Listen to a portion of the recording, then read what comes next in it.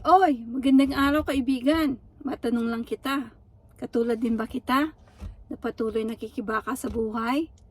Isang Pilipina na lumayo sa pamilya, lumayo sa bansang Pilipinas na naghahangad na magkaroon ng magandang buhay.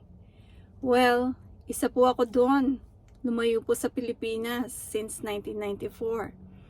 Tandang-tanda ako pa po, September 1994, pumunta po ako dito sa Amerika. Kasama ko po yung aking anak na lalaki. Ang aking pong panganay, 11 months old lang po siya. Mahirap po ang buhay noon. Nag-uumpisa, sumama dun sa aking asawa na nag-migrate sa Amerika. Nag-umpisa sa wala. Pero ngayon po, taong 2024, January, ngayon na ginagawa ko po itong video na ito, iba na po ang buhay. Noon, natatandaan ko, gustong-gusto ko pong umalis ng Pilipinas, magbakasakali, at po maghanap ng kinabukasan sa ibang bansa. Ngayon naman po, kakauwi ko lang po sa Pilipinas, actually last year, September, October, November, December, January. Na-realize ko po, mas masarap pa rin po ang mamuhay sa Pilipinas.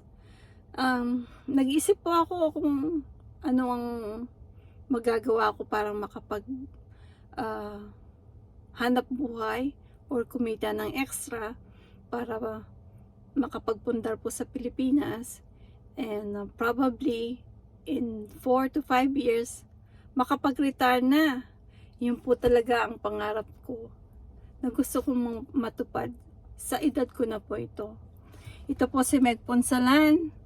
Nakikiusap po sa inyong harapan ngayon na meron pong dahilan at meron pong paraan na pwedeng makamtan ng mga pangarap na yon, katulad ng nabanggit ko sa inyo.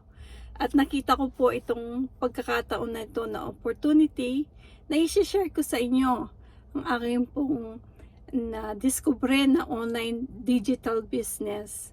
Nabanggit po ito ng aking kaibigan noong pong bandang December last year. Napaka-popular na pala nito sa mundo ng siyensya, or ito pong natataon na pag-unlad sa negosyong ito through sa social media po.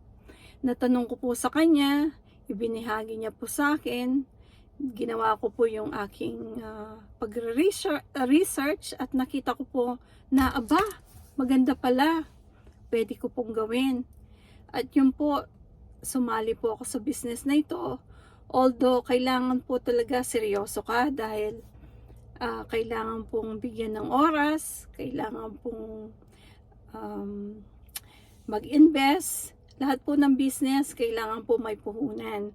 Puhunan po ng lakas ng katawan din, ng inspirasyon, ng pera. Kaya sinasabi ko po sa inyo, kung kayo po may pangarap, kailangan po gawan ng paraan at pagtuunan ng pansin. Ako po ay full-time na empleyado pa rin. Nagtatrabaho po ako ng 8 to 5 ng araw. Pero meron pa rin po akong oras para gawin ito. Kailangan po talagang desidido kung gusto po natin na kumita ng extra sa buhay.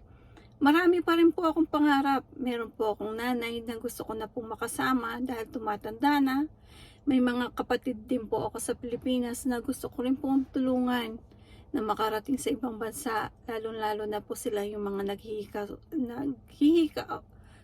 sa buhay. Meron din po ako mga pamangkin na gusto ko pong pag-aralin. Mga simpleng bagay po na ang Pilipino ay makaka-relate. Kaya po ako nandito ngayon. Sinasabi ko po at aking pong dinudulog sa inyo at binabahagi ang aking pong natuklasan. Kung kayo po ay marangal at kayo po ay naghahangad ng konting rangya sa buhay o pwede pong malaking rangya or malaking pangarap, halina po kayo. Samahan niyo po ako. Magtutulungan po tayo na abutin po ang ating mga pangarap.